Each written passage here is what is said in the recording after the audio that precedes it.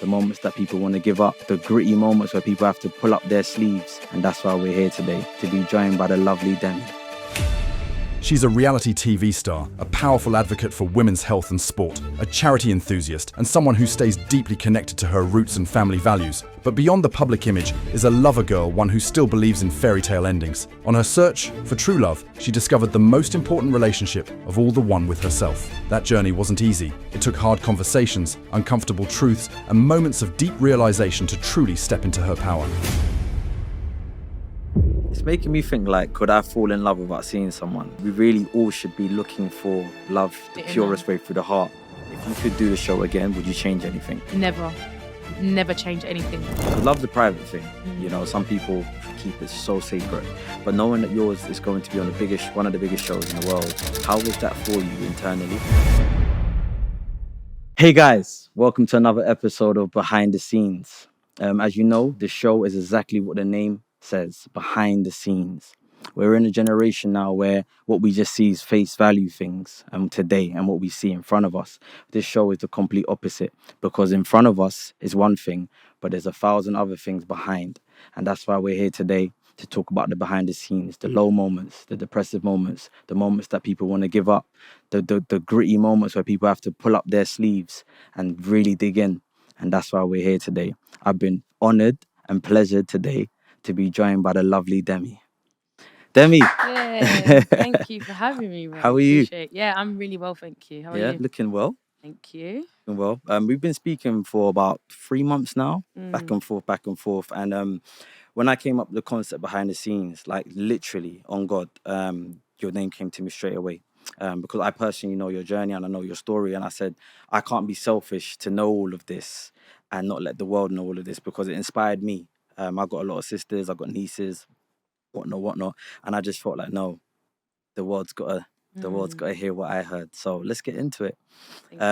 Who is Demi? And I'm talking little Demi first. Who is Demi? Demi is an active little girl just wanting to be involved in everything. That is who Demi is. From very young, I grew up with a love for football and sports. Okay. But to be honest with you, my mum and dad wanted a little boy. And my nan was the only one who was like, yeah, I want a little girl. And so I was born.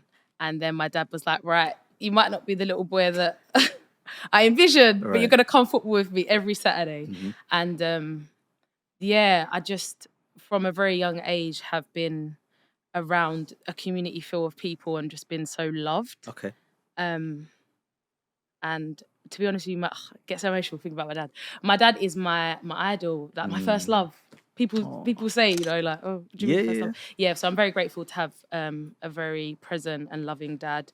Also, big up my mum as well. She's very much there as well.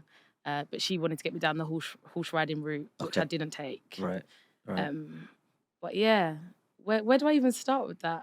I want to know, like you said, your dad's your first love. Like, break that down. I help a lot of young people in South London with an organisation that I run called I co-found called Step Now, and we have a lot of like vulnerable girls, and a lot of them, unfortunately, their fathers are not around, and it is a rarity where I'm from originally that people have fathers in their lives. It's always like a stepfather or their uncles. So you speaking about I saw it in your eyes, like, and you was welling up, saying like your dad's he's basically your hero. Like, can we get into that? Like, why would you say he's your hero? What was it like growing up with him? So in terms of my dad, he's just always been there. And that could be like emotionally, that could be like physically, that could be financially. Like, he's always been my go-to person. I remember from like very young, like any kind of thing I posed to him of like, oh, I want to be a singer. He'd be like the first one to like sit down in the front room and watch me perform. Then when I started talking about football, I want to be like a footballer. He'd be the one getting his tins of paint cans after work, after a 8 till 6 shift, and getting me dribbling around tin cans. Like, he has always been there and always been like my kind of fan of like, I want you to win, and at the sacrifice of him, you know. And like, from what I've heard, he was quite good at football and stuff like that. And but like, I become his priority when I voiced what I wanted to do. So like, if football fixtures were clashing or whatever, he would sacrifice obviously him for me. So Right. What team did Dad support? So Liverpool, do you know what? This is going to sound really bad, but he's a bit of a bouncer, which isn't good either. That's not good. But when I was younger, Liverpool, and then as I got older, Arsenal, and then when we got really like older, like in our like late teens, he was like, do you know what? I'm just going to support the teams you lot play for because it's less heartache. Right. So he decided not to like go for your generic Premier League. At least he supported Arsenal. You know, Yeah. smart man. Yeah, but Arsenal give me heartache. Oh, you're well. Arsenal Because fan? I just follow whatever my dad was doing. So I was Liverpool as well. Okay. And then went on to Arsenal. I was Charlton for a bit as well. Okay. And I was like, no, Absolutely I not. don't want to get cancelled for talking on teams, So actually. are you currently an Arsenal fan then? I'm just a fan of football. I don't blame you. They're causing us a lot of stress right now. All right, yeah, so you're an Arsenal fan at the moment. Yeah. Well, Yeah. yeah. We'll see how the rest of the rest of the season the is. fixtures and the one against Man U goes. Yeah. Right. So, okay. So thanks for breaking it down about the daddy's girl. Like how you and your dad were so close. And it sounds like he was like your biggest cheerleader from get-go, which is nice to hear, you know. And what about like the whole family, like mum, dad? Like, let me know about the family. Yeah, so the family dynamic, obviously, like my dad is my go-to in terms, because I feel like we've got so many similarities. Like everyone says I'm basically my father's daughter, but also props to my mum, like for holding together a marriage as well, because I'm so grateful that I was brought into a loving family and I never really got to see the hard times. And don't get me wrong, I know that there's been hard times, but as a child, I was never really kind of exposed to them times. It was always like, well, everything's great. But obviously, as you get older, you know that everything wasn't always great. And there was like the struggles of things. Like my mum and dad are both working class people that have always had that the typical 9 to 5s and then having to come home and play mum and dad. And I think a lot of the time when you're younger, you take that for granted. That the fact you're able to have a bit of pocket money, like, oh, is that all? But now I look back and I'm like, I was so lucky to even be able to have a bit of pocket money and be able to buy things and not have to go without. So, yeah, my mum also, like, she is your typical household woman, like cooking, cleaning, all of that. So I admire her massively because when I moved out, I realised it's not as easy as I thought it was. And maybe I should have done my chores when I was asked to do my chores. But yeah, just really grateful for my whole family. I got my brother as well. Okay. Older or younger? Younger brother. Okay. So you're the oldest? I'm the middle child. So I've got an older sister as well, who was like a mum to me as well because we've got a 12-year gap. Okay. So when I was younger, she was always just bossing me around. But now I'm grateful for it, but at the time I wasn't. So as we've got older, our relationship's got so much stronger, and I love her dearly. And she's got children, and I love my nieces, and I love my nephew. Actually, my brother's got a child as well. He's got a 1-year-old. Okay. But yeah, just really grateful that I've got a loving family. And I do think my brother's intelligent because of me, because we used to play schools a lot growing up. So I just want to throw that out there as well. Yeah. So you helped him out. Yeah, massively. So when he continues to succeed in life, he needs to remember that. Remember that. The brother, if you're watching, don't forget them. Yes. We're fortunate enough that I actually remember this. What do you want to call it? Album, journal? This is my like scrapbook. So this is very, very important to me because when I turned 30, I basically collated all like images and stuff that I had of my family. And on my 30th, they were like, everyone wrote me like messages and stuff in this book. And it was just before I went away to do filming for Love is Blind. And they said you could have one prized possession. Right. And I was like, well, if I can't have a phone and I'm going to disconnect from my family, this is what's going to get me through it. Right. So, yeah, I basically just, every time I like connect with someone and they want to know about my story and who's Demi, this is a big part of it. So, yeah, I can go through it a little bit with you. Yeah, sure. Some of the pictures have fallen off. So this is like my family. Okay. Like a big picture in there is my mum and dad on their wedding day. Oh, bless. I was actually 16 when they got married, so I had the pleasure of actually being a bridesmaid. Right. And being very present in that. My nephew, so like my first kind of role as being an auntie was with Kyron, yeah. So very blessed. But everyone basically has wrote their messages. Oh, I can see the kids' handwriting and whatnot. Yeah, like it's so cute. and then Wow. more. But like this one here is my nanny Levine. Okay. So in terms of my childhood, I lost my nan when I was 11. Oh, may your soul rest in peace. But she was like the glue. Okay. And when I lost her, I realised that I wanted to be the glue. So I kind of, So, gonna get upset about that. But yeah, love her dearly. And my other nan as well. We give thanks that she's still on this earth today. Okay. Oh, big up, Nan. Yeah, big up Nan. And yeah, just basically my family. Wow. My dad, look how cool he looks there. Oh, that's an old school picture, yeah. you know. Wow. And then other things like my brother with his newborn. The newborn. Wow. And wow. Yeah, just so much. And then, sorry, I've just got to big up my godson as well. He's in here. No, go for it. Go for it. No, this is Auntie lovely. There's so much. I feel like because of our phones and whatnot, I don't feel like we print out pictures anymore. Yeah. So this is humbling because you're making me think the only things I have is my camera roll. Like I can't remember the last time I took like a real picture where I printed it out, like Kodak basically. So I might have to. Don't be surprised in a year's time. If honestly, you see we me. lose our phone or so we get hacked or something. AI happens and we've got no access to us. Yeah. So basically, this is my prized possession, and it just brings me warmth wherever I go. No, I love it. I love it.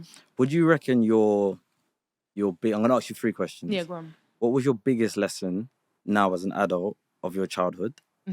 My second question would be, what's your best moment as a child? And then my third question would be, as a youngster, if you could turn back hands of time, what would you have done different? Oh, wow. So the first one was... Oh my gosh, Demi, oh, yeah, I know. Me forget now. Oh my gosh. I'm going back to the biggest and what was your best memory? Best memory. Okay, so best memory would have been, I had just started playing football. I was a year into my football. So I started playing football when I was 10, and I literally couldn't kick a ball. But by the time I'd got to 11, the team had signed me because basically they were like, we're going to train for a bit, right? and then we'll see. Yeah. But then I was like, no, I need to get better. So by the time I was 11, I was signed. Then my nanny Levine, rest her soul, she wasn't really into football. She never really watched my dad or whatever. But as soon as I said like, oh, I'm going to be playing, she was like, oh, I'm going to come watch. So it was my first game for this team. And it was like a tournament thing. So it was like, I think it was like 7-a-side. And my nan didn't have a clue about football at all. But she's on the sideline just jumping up with joy, screaming and shouting. The ball comes to me, I totally miskick it. Like, I don't actually hit the ball. Right. Like, the foot goes over the ball. I fall on my bum. And the only person in the crowd that is jumping up and clapping is my nan. Oh, bless. And when I look back here, obviously I was a bit embarrassed. Like, Nan, what are you doing? But now it's like... It's the best moment. It was like, my failure wasn't a failure. It was like, she was just so proud of me. And at the time, she was battling terminal cancer and I didn't know. And I was like, if I could just go back and like... hold her and be like, oh, thank you so much. Even though you're very ill, you're here for me. So before I get emotional, because I told you I'm pre-period. That's a real personal moment because, you know, to the world, I've dropped, it's embarrassing. But to your nan, like, that probably even gave her joy being there, helping her with her cancer. So it's a big personal moment. The second one was, so that was your best moment. Second one was, what's your best lesson that you feel like you've learned? Best lesson, I think my first heartache. We're gonna go there. Because I do believe hurt people. So I think now I understand Demi, that you're not gonna run away like that. You gotta say that again. Hurt people. But then hurt people do hurt people. But then who's to tell a 15-year-old that you know how to process their emotions when you don't, or regulate your emotions when you're just learning your emotions. So it's very hard to then not take that into your next thing.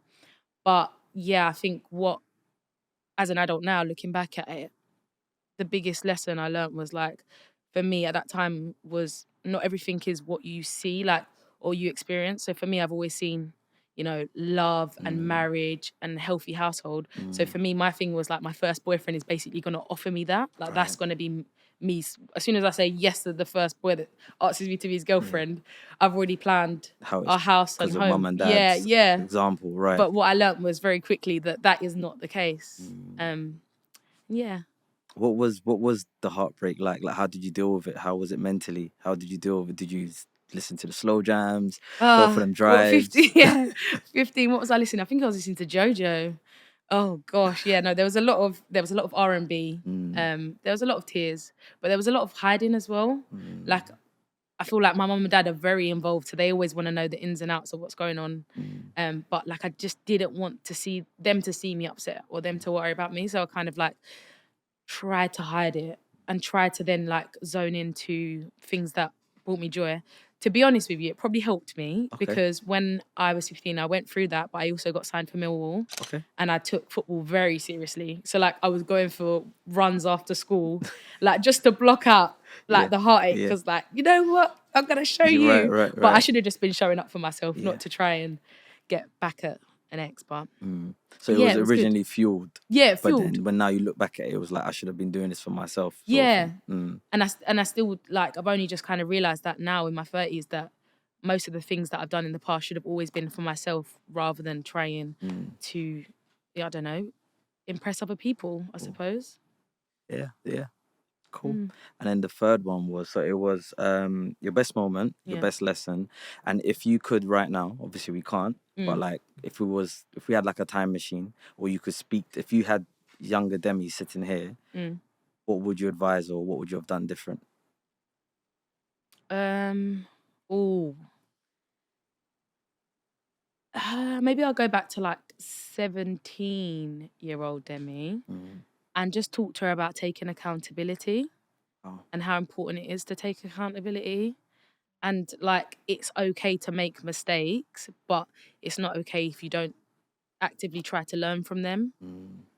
Because I feel like that was such a pivotal point in my life of like, I could have gone in so many different directions. And the direction I went in wasn't bad, but also there was other directions that would have been like more aligned with who I am, who I identify as today. Like, you know, like certain opportunities that I literally just was like, no. And behaviors that just probably, if I had a younger Demi, I wouldn't want them to be doing that.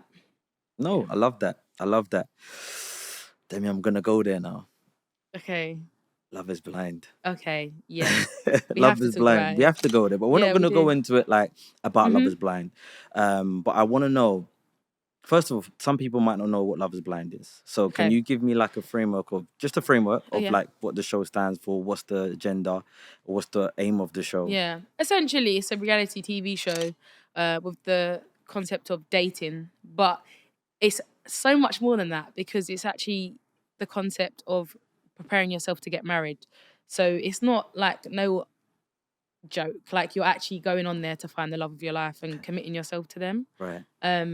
Well, yeah, I took it very seriously because I'm a massive fan of the show and I follow all the success stories after the show. So Tiffany and Brett, if you ever watch this, big up you too, because they're the reason why on my sofa one dark, sad afternoon, I decided I'm going to apply it. Right. Is Brett the one, he worked for like Nike or something? Yes, yeah, I remember him. They're still happily married and doing very well in life. I follow them and I'm in contact with Tiffany because she's just amazing. Right. But yeah, like their love story was like what I envision when I think of Love is Blind. But obviously it's all the stories are not like that. Okay. But yeah, it can be very beautiful. So you get to know each other. Is it like a week? Sorry. So yeah, so the breakdown of the show is that you spend like just under 2 weeks like dating. Okay. But blindly. So like you obviously have a purple wall in front of you and you're talking, you're offloading, and then it gets to a stage where someone will decide if they want to propose to you, like sight unseen. At this point, you still haven't seen each unseen. other. Wow. Yeah. And then you have that, and then you have a reveal. Okay. So then you have a day where you actually get to see each other, and then from that you can obviously decide if you're going to continue the experiment, and then go off and have a honeymoon kind of thing. But even though it's pre-wedding day, but like it's just to see how you get on in that environment, and then you go and live with each other for like four weeks in an apartment to see if you could do marriage life together, and then you have your wedding day. Wow. So pods for 2 weeks. Yeah. No, like you haven't seen each other. Yeah. Just talking, getting to know each other, talking about things like your pictures, all of that stuff. Then you go on a honeymoon. Yeah. And so you reveal, you get to see each other but that's finally. part of the pods. So part of it. Yeah, in that still in that location.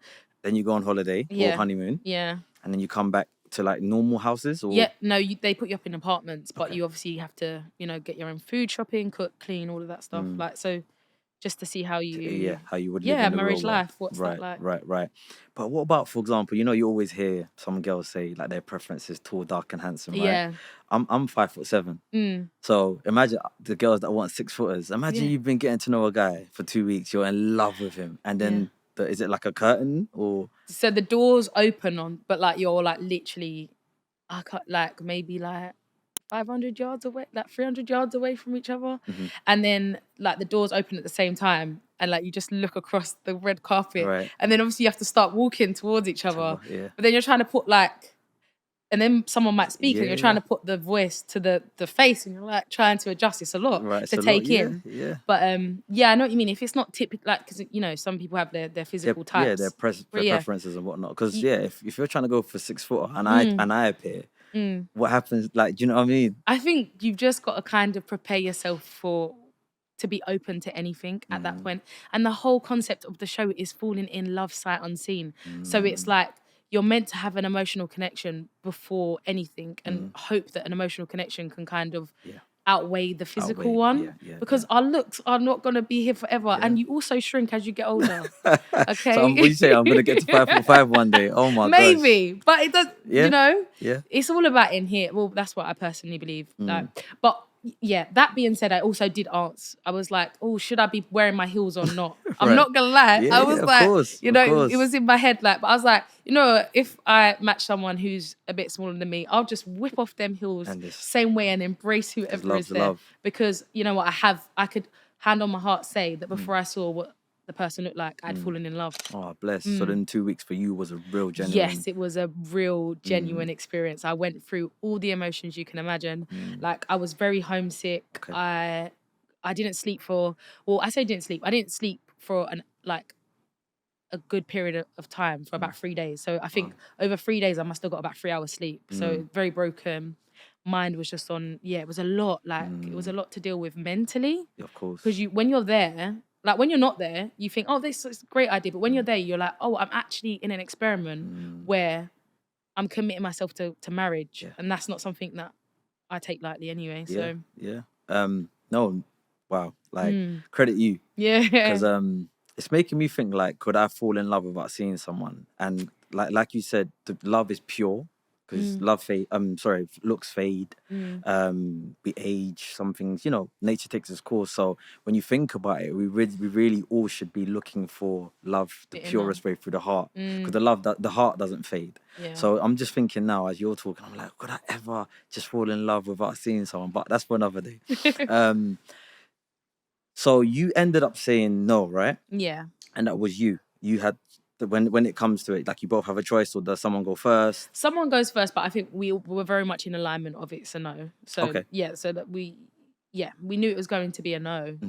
But like, if you would asked me in the pod stage, like, I was very, very committed. And then when I saw physically, I was like, oh yeah, like, so obviously it's hard because at certain stages you go through so much, but definitely the right decision. And very grateful for the experience because to be honest with you, it's helped me like understand my non-negotiables and the things that I will compromise on, and like what I really want from a partner and what I can offer a partner. So yeah, I'm very grateful for it. Cool. I like that, what you just said, what you want, but then also what you can offer. Yeah. Would you reckon that show or that time, like, what do you think that you learned most about yourself? Oh, so I learnt my insecurities. I would always say that I'm quite confident. Like, I've had to like show up in ways that people would look at me and be like, oh, Demi's really confident, because I'm quite extroverted and stuff. But when you take me away from familiar things, I had to sit in my own silence, and it became very uncomfortable because I started to ask myself internal questions about like things that I wasn't happy about. Okay. So yeah, basically a lot of reflection. And I realized that I'm always so quick to big up other people, but I used to have a lot of negative self-talk. And a lot of it stemmed from my condition of endometriosis, because I attached such a negative feeling with that. And I kind of let it kind of dictate my self-worth and how I viewed myself. Yeah. So I don't know, I'm probably just going off on one now. But yeah, No, I learned about, no, because I'm trying go to think for what the it. question is. But yeah, in terms of like my insecurities was like the biggest thing. And then I realized that actually, like, I need to recognize them and acknowledge them, but I can't let them consume me. Wow. And like, I need to take the power back.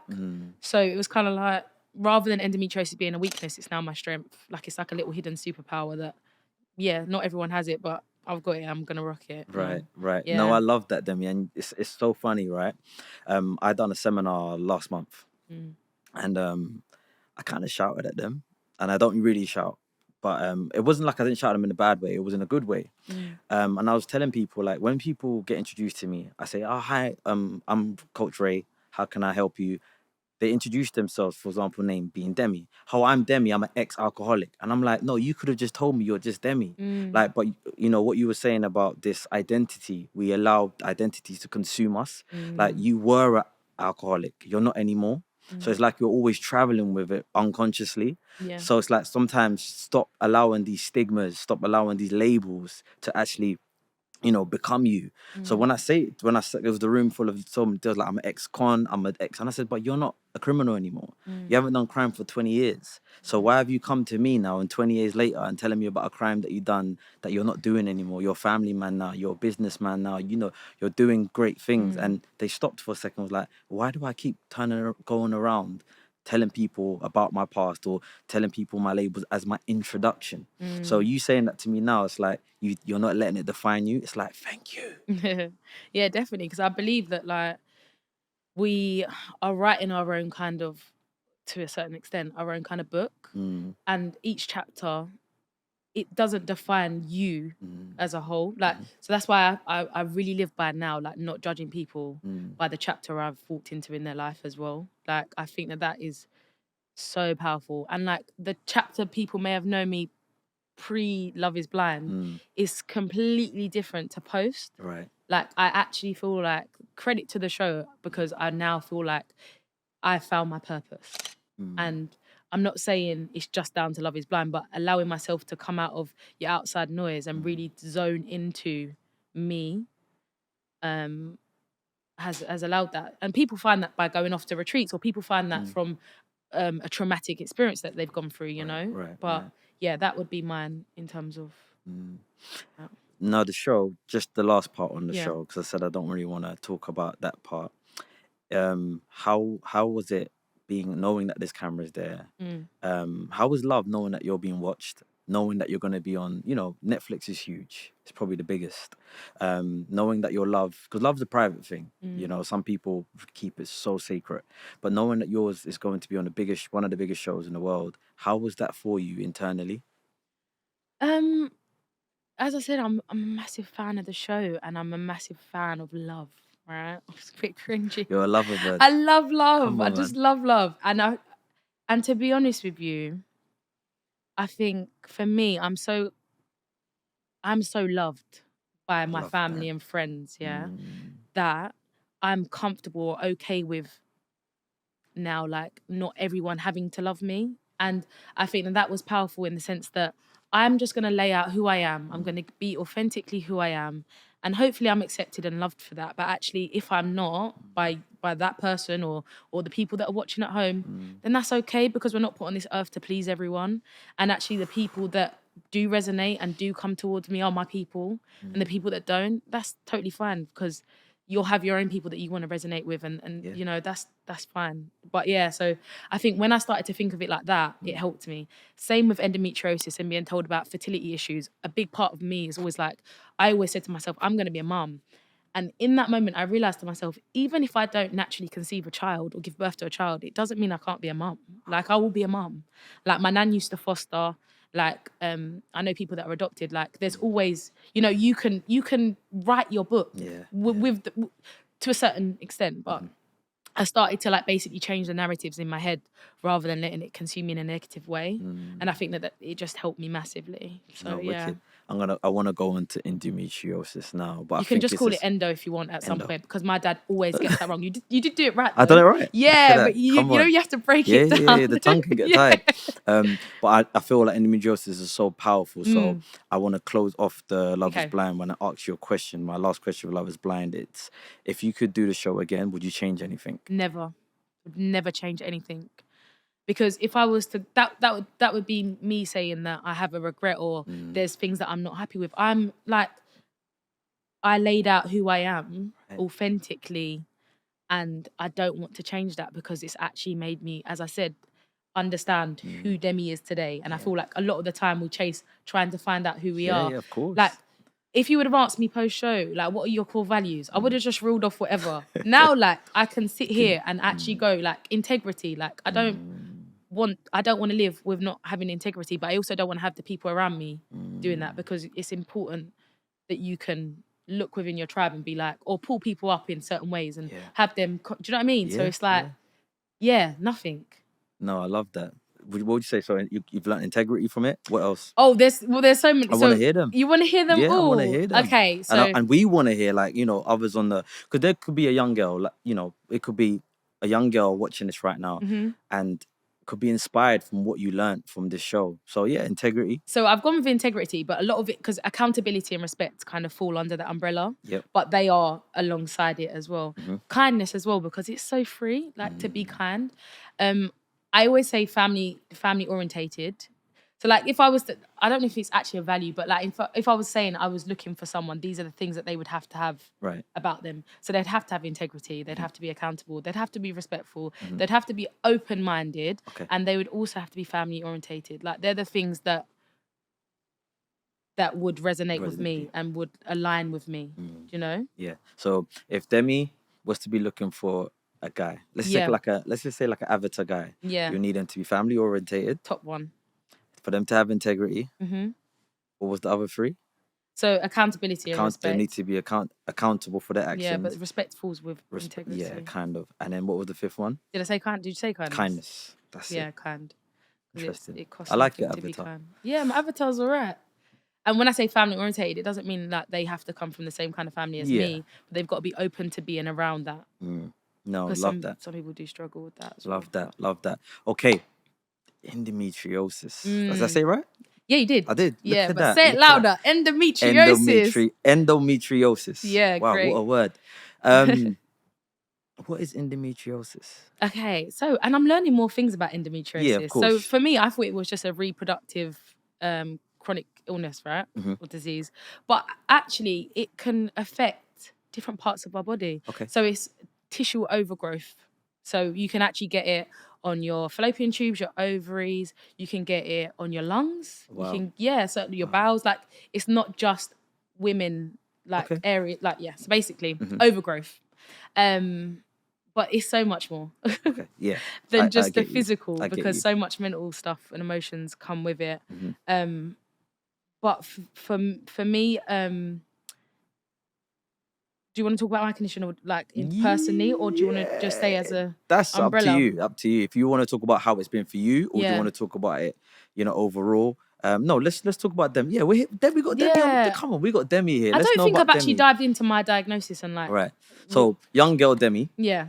Obviously, you've got to age. You've had your first period. Yeah. Am I allowed to say period on TV? Yeah. Do you know what? On shows? We need to start saying period. Right. Okay. Because like I've said to my dad as well, like he apologized the other day when he watched back some things, and he's like, "I'm sorry, I told you to just like, it's only a period." On I get so day. uncomfortable. I was just gonna say like woman stuff. I'm not sure. No, but I can say period. Yeah, you should say period, because we need to normalize it. Yes. And like, women go through periods, partners go through periods, daughters go through like. Yeah. So and that's one thing I think in the education system we need to do more of. Cool. All right, then cool. So young Demi had a period. Young Demi had a period. Young Demi didn't really understand periods and decided to wear 5 to 6 pairs of knickers because young Demi had heavy periods. Right.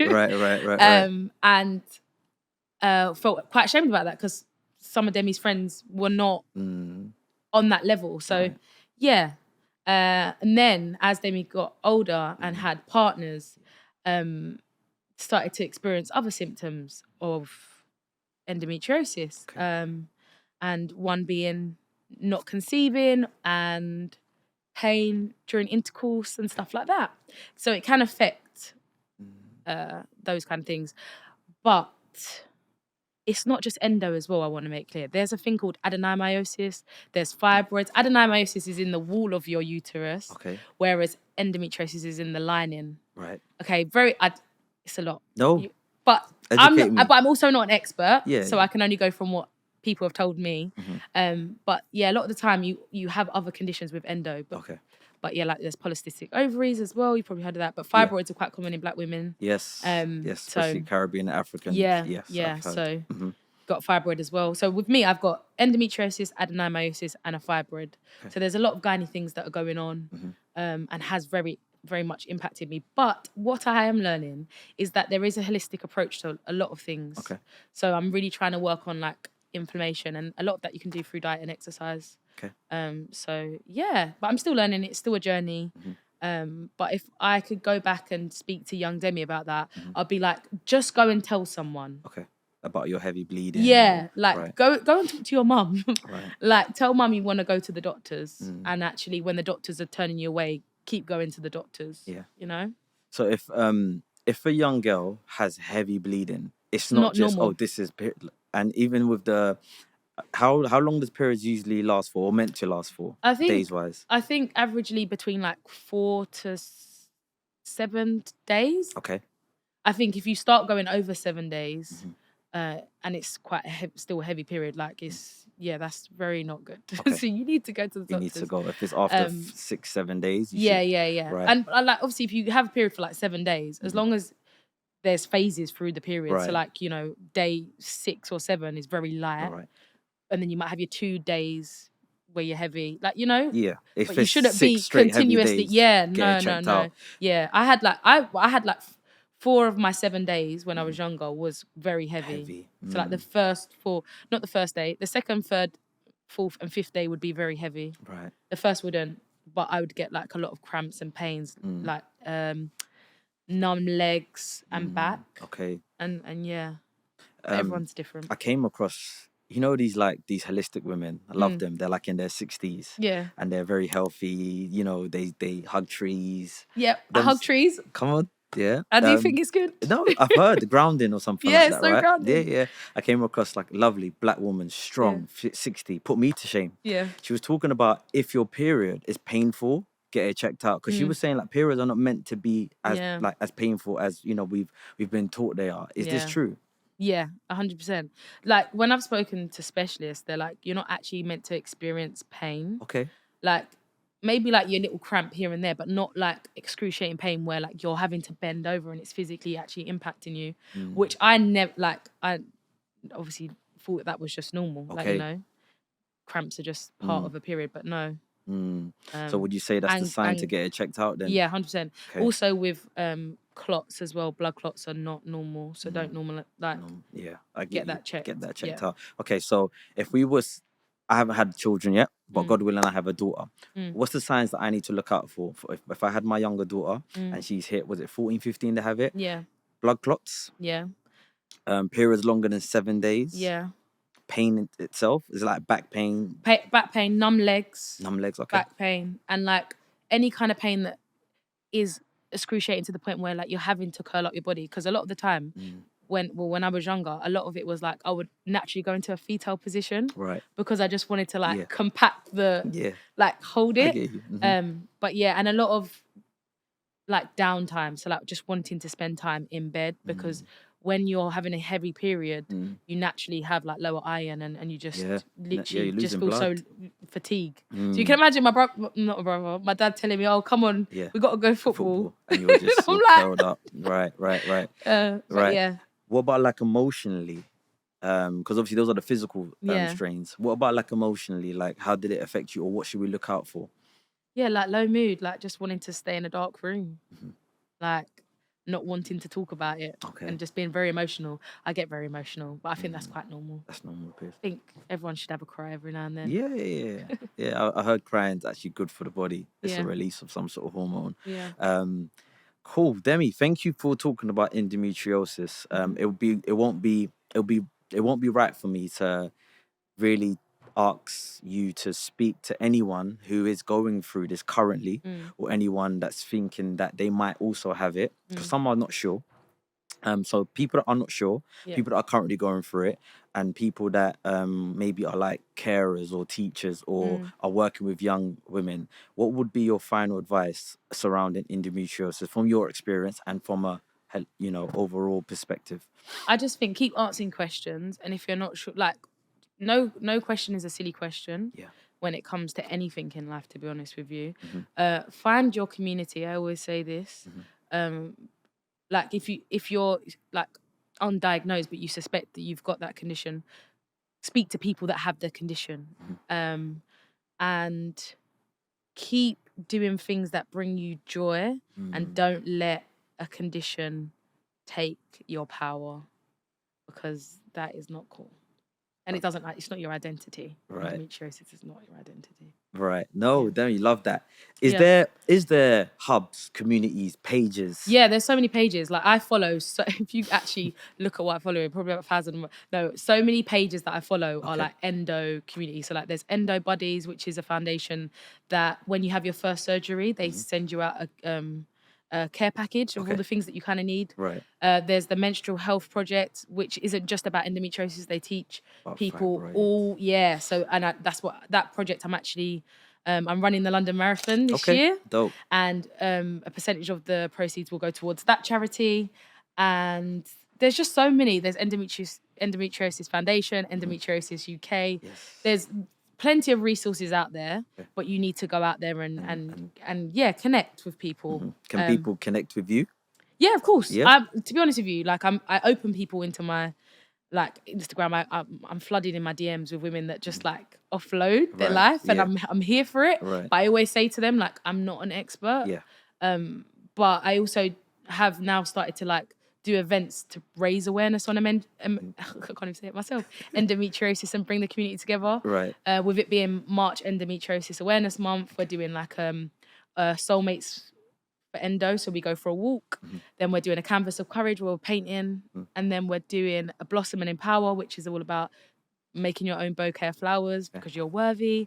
And then endo empowerment, which is like a big like celebration of endo, and that's like not just for women that have this condition, but for all the people that are allies and supporting and advocating for it. But yeah, and I've signed up for a London Marathon, but that's for another day. When are you doing it?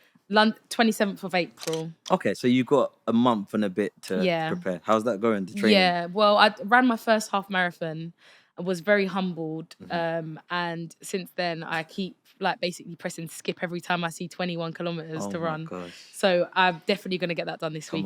Come on, I'm going to be on to you. Yeah, please do. Accountability. Yes, I'm going to be on to myself. Yes, I'll be your life coach for the next month. Please. I'll be on to you every 2-3 days. Demi, I need to see the kilometers. Yeah, I will. Cool. All right then, Demi.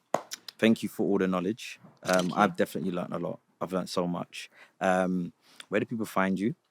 What's your socials? And what's your next plans in the next 5? Like, what we expecting from Demi, the new Demi, the Demi that knows who she is. What we expecting? More, I think for me, because I've got such an influx of women that have come towards me since Love is Blind, I want to now like pour back into them. I've got such a beautiful community. So in terms of what you're going to see from me, it's going to be advocating for women's health and basically putting on events to bring us together. So yeah, there's that to look out for. I still work my 9 to 5, so I'm not gonna say I do. I'm gonna be doing too much. Right. But a lot of who I am prior to Love is Blind as well, I've always done charity work. So I work with a charity called Go Make a Difference in Tanzania. Okay. Oh, nice. Yeah, beautiful. The projects they do in Tanzania, like water tanks, housing, goat sheds, all the kind of things that you need for a sustainable way of living. So yeah, proceeds for the charity for my run also will go to that one. Yeah, because love that. I could have just picked one charity. Yeah, I'm running 26.2 miles. So there's a couple. No, love that. But yeah, like any kind of events and projects around things to help with charities, that's what you'll see from me. There won't be a return in the football career. That's done. You're done. You're hanging up your boots. I think this is my last season. I'm done. Maybe a little boxing appearance here and there. Right.